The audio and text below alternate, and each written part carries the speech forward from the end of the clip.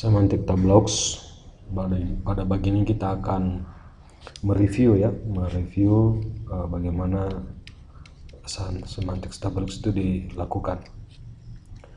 Kita akan melihat algoritmanya ya, bagaimana Semantic Tableaux itu kita buat ya dalam bentuk tree gitu ya. Pertama kita akan memilih bagaimana kita menandai leaf ya, daun ya, bagaimana kita menandai daun. Jadi nanti akan ada dua pilihan ya, apakah daunnya itu open ya, apakah daunnya open atau daunnya itu close ya. Jadi ada dua pilihan ya. Pertama, kapan daunnya ini close ya, kapan dia close?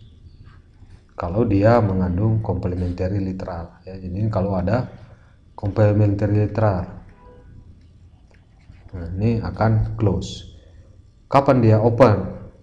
Kalau tidak mengandung complementary literal, dia akan open ya. Jadi pengecekannya adalah apakah dia mengandung complementary literal atau tidak mengandung complementary literal. Nah, kemudian akan ada dua pencabangan gitu ya, akan ada dua pilihan formulanya ya, yaitu menggunakan formula alpha dan formula beta ya. Kalau dia alpha, maka dia akan kalau dia alpha ya, jadi kalau nanti kita ketemu alpha, dia akan menjadi koma gitu ya, menjadi koma. Kalau dia beta, dia akan mencari dua cabang ya, beta satu.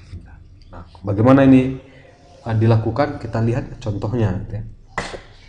Nah, ini ada sebuah formula A ya, ini adalah formula A.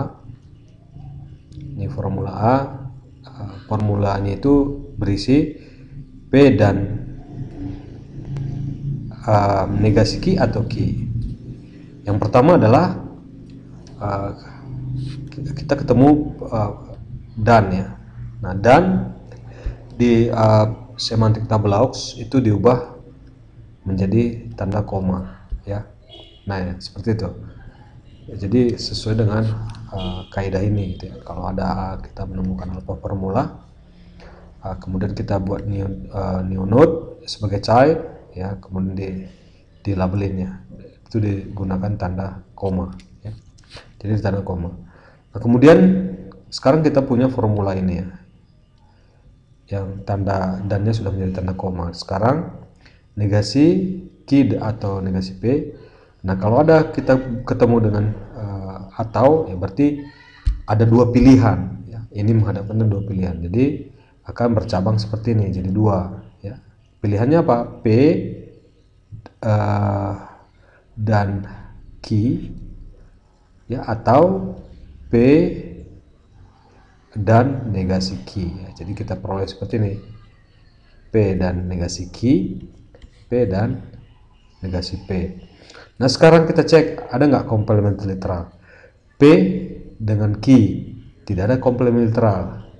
Complementary literal itu adalah atom dan negasinya ya. Jadi R dengan negasi R itu ini complementary literal. Ini complementary literal ya. Apalagi misalnya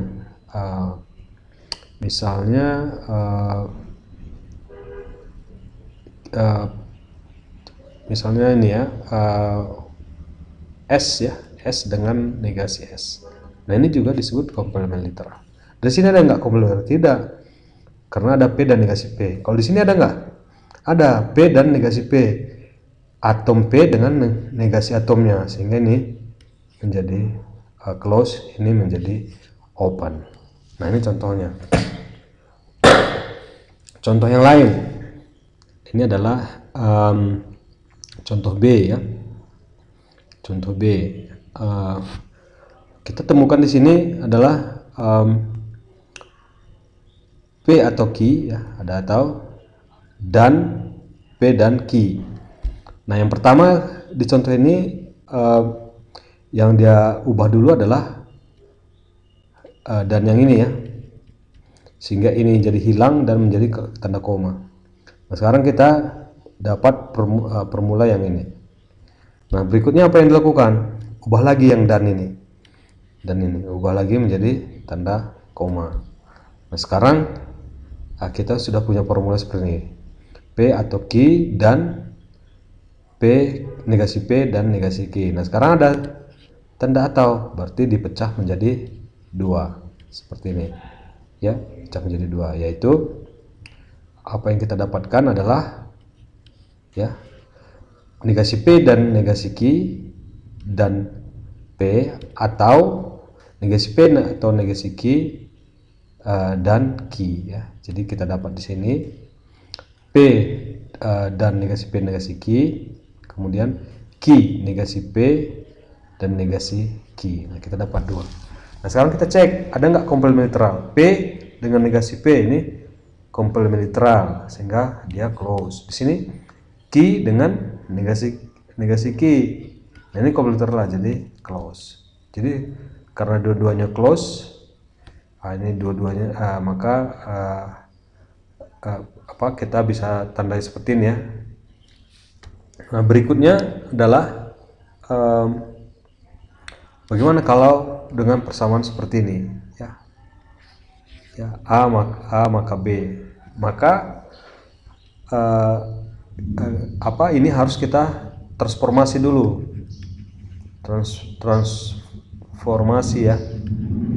transformasi sehingga di dalam formula itu hanya ada tanda dan, kemudian ada tanda atau dan negasi, hanya boleh ada tiga ini. Jadi persamaan implikasi seperti ini harus kita ubah dulu ya, tentu menggunakan formula ekivalensi yang ada. Baik, untuk mengkonversi A maka B ini kita cari ekivalensinya menggunakan tabel alfa dan beta ya. Jadi di sini ada tabel alfa dan di sini ada tabel beta ya. Jadi kita bisa memilih mana yang tepat ya untuk formula A dan B ini. Jadi kita lihat di sini yang cocok ini adalah menggunakan yang ini ya. Dan hubungan alfa dan beta di sini adalah atau ya. Jadi kita bisa tuliskan ya, B1 maka B2 itu ekivalen dengan negasi B1 atau B2 ya. Jadi ini persamaan ini kita bisa ekivalensikan dengan berarti adalah negasi A atau B. Nah, sekarang ini yang kita sudah peroleh ya. Jadi ini negasi A dan B. Nah, ini akan kita buat negasi A dan B ini kita buat semantik tabloxnya ya. Di sini ada atau, jadi langsung dua aja ya, yaitu A dan B. Di sini open karena tidak ada clashing, tidak ada complementary. Di sini juga open. Nah, ini kesimpulannya ya. Ya, jadi formula A maka B ya, maka B seperti ini kita sudah bisa tunjukkan dia harus diubah dulu menjadi persamaan seperti ini ekivalensinya, dan kemudian selanjutnya ini kita uraikan menjadi semantik tabel aux. Contoh berikutnya adalah A biimplikasi A dan atau B. Ini seperti apa semantik tabel aux-nya? Gimana semantik tabel aux-nya? Ya, kita akan lakukan hal yang sama ya. Yang pertama adalah ini konversi dulu, konversi ke operator dan atau dan negasi, semua diubah ya. Bagaimana caranya kita akan uraikan satu persatu ya. Kita akan membuat semantik tableaux dari formula ini ya. Jadi sebelum ini kita tentukan semantik tableaunya, kita transformasi dulu menjadi formula yang hanya memiliki operator atau dan negasi, atau dan negasi. Jadi kita ubah ke situ dulu. Nah, yang di sini ada biimplikasi ya. Jadi biimplikasi kita cari di sini. Biimplikasi yang cocok ini adalah formula yang ini ya. Jadi ini adalah yang tepat ya. Saya akan besarin sedikit nih. Ini yang tepat. Kemudian apalagi kita akan menggunakan biimplikasi ini ya. Jadi kalau saya tuliskan ulang di sini ya, A1 biimplikasi A2 itu ekivalen dengan A1 maka A2. Di sini hubungan alfa ini adalah dan A2 maka A1 ya. Jadi berdasarkan formula ini kita bisa tuliskan ini di sini, maka A maka A atau B ya, dan A dan B ya, A dan B maka A ya. Jadi kita bisa tuliskan seperti itu ekivalensinya ya. Baik, berikutnya apa yang kita lakukan adalah kita masih menemukan di sini implikasi ya. Nah, ini akan kita ubah lagi menggunakan formula beta ini ya, formula beta yang ini ya. Jadi ini kita tuliskan lagi menjadi apa,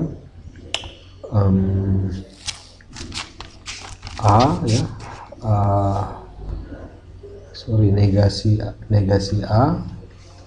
negasi A atau A dan B ya, dan apa, negasi A atau B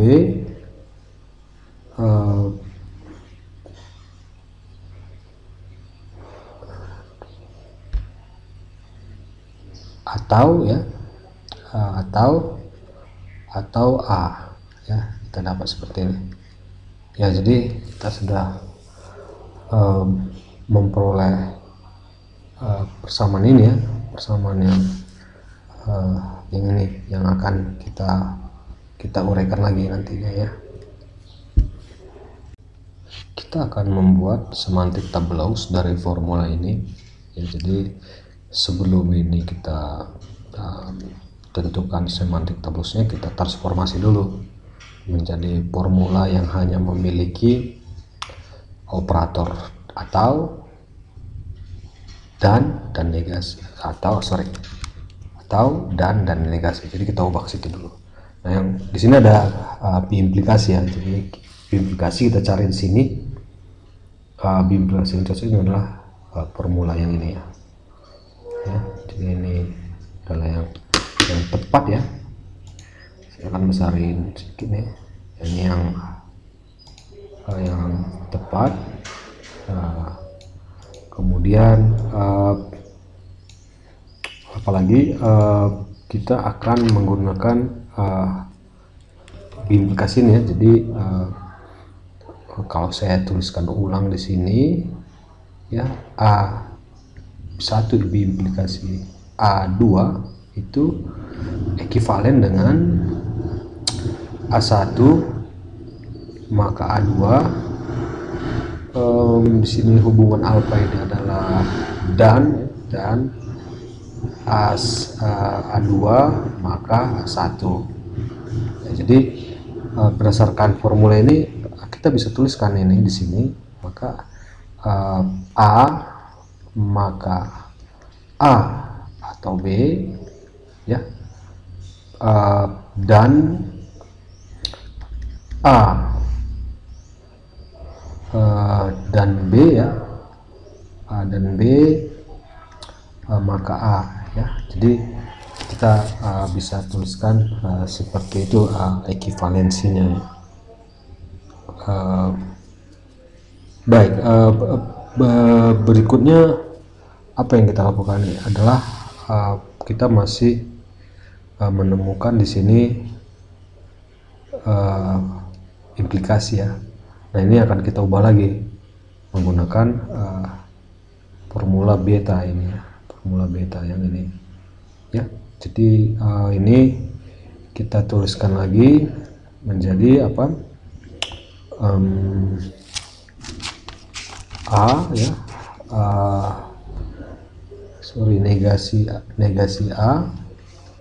negasi A atau A dan B, ya. Dan, ya, dan apa, negasi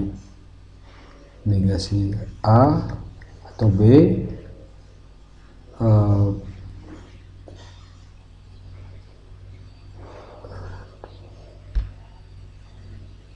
atau, ya, atau A, ya. Kita dapat seperti ini, ya. Jadi kita sudah memperoleh persamaan ini, ya, persamaan yang ini yang akan kita uraikan lagi nantinya, ya. Baik, selanjutnya kita akan menguraikan lagi formula ini menjadi lebih sederhana menggunakan hukum distributif, ya. Jadi kalau hukum distributif yang pertama ini disjunction terhadap conjunction, yang ini conjunction terhadap disjunction, ya. Jadi kalau ini kita uraikan, dia akan dapat seperti ini dengan ini sebagai apa, nantinya sebagai operator prinsipalnya, ya. Maka kita dapat A atau B dan A atau C. Kalau yang ini prinsipal operatornya adalah atau, ya. Jadi kita atur sini, maka A dan B atau A dan C. Nah, ini sama dengan ini juga kita terapkan, ya, hukum distributif, ya. Jadi di sini kita akan menggunakan di sini operator utamanya adalah dan, ya, di sini, ya, dan tapi yang di sini kita operatornya menggunakan atau, ya. Ya, baik, ini kita operasikan saja negasi A atau A dan, ya, dan negasi A atau B. Nah, ini kita operasikan seperti itu, ya. Dan ini dan yang ini kita operasikan juga. Ini karena ada tanda negasi di sini, ya, makanya kita ini operasikan dulu negasinya ke dalam menggunakan hukum De Morgan, ya, atau di alfa beta ini setara dengan mana nih yang dan yang ini, ya, yang ini, ya, dan dia akan menghasilkan beta 1 atau beta 2, ya, atau beta 2. Nah, ini akan kita gunakan rumusannya itu, sehingga yang ini kita ubah dulu, ya, menjadi negasi A atau B, ya, atau A gitu, ya. Nah, ini kita operasikan lagi, ya. Sekarang ini sudah kita dapat, ya, dan tetap ini sebagai operator utamanya. Nah, ini kita tuliskan lagi negasi A atau A dan negasi A atau B atau, ya. Nah, ini kita operasikan negasi A atau negasi A atau A ya. Jadi kita peroleh seperti ini.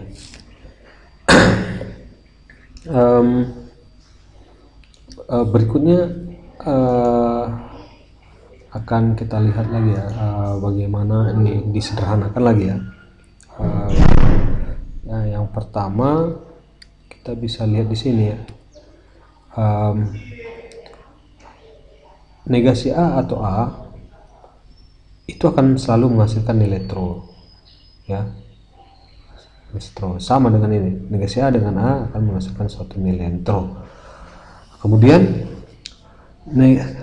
true ya, true atau nilai sesuatu itu ya, negasi A atau B, dia akan tergantung nilai yang ini, tidak tergantung lagi nilai true ini. Jadi nilai keseluruhannya itu bergantung hanya kepada negasi A atau B. Jadi untuk yang ini kita hanya akan tergantung nilainya kepada ini aja saja ya.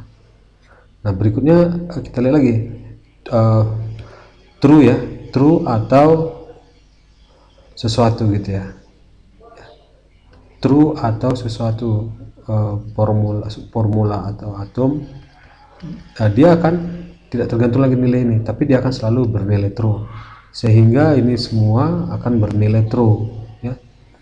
Nah, sekarang kita bisa tuliskan formulanya adalah ya,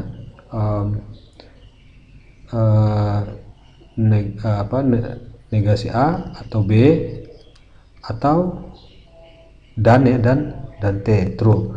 Nah, sama ini juga karena dan ini true, tidak akan tergantung pada ini lagi, tapi hanya tergantung pada negasi A atau B. Nah, sekarang kita sudah dapat ini ya, formula ini. Nah, berikutnya adalah bagaimana kita membuat semantik tabloxnya ya. Ya, ini tinggal kita terjemahkan aja, dan sama dengan yang tadi ya, karena ada atau ya, maka ini negasi A atau B, dan ini open karena tidak ada komplementer literal, dan ini juga open ya. Jadi begitu caranya gitu ya. Ya, demikian kita bagaimana kita membuat semantik tableaux dari formula ini sehingga didapatkan semantik tableaux seperti ini dengan cara diuraikan dulu ya. Ini diuraikan dulu ini dengan menggunakan tabel alfa dan beta, diuraikan seperti ini, dapat seperti ini, dan kemudian menggunakan distribusi kita dapat seperti ini, dan ini pakai menggunakan identitas, dan akhirnya dapat formula seperti ini dan diterjemahkan menjadi semantik tableaux seperti ini.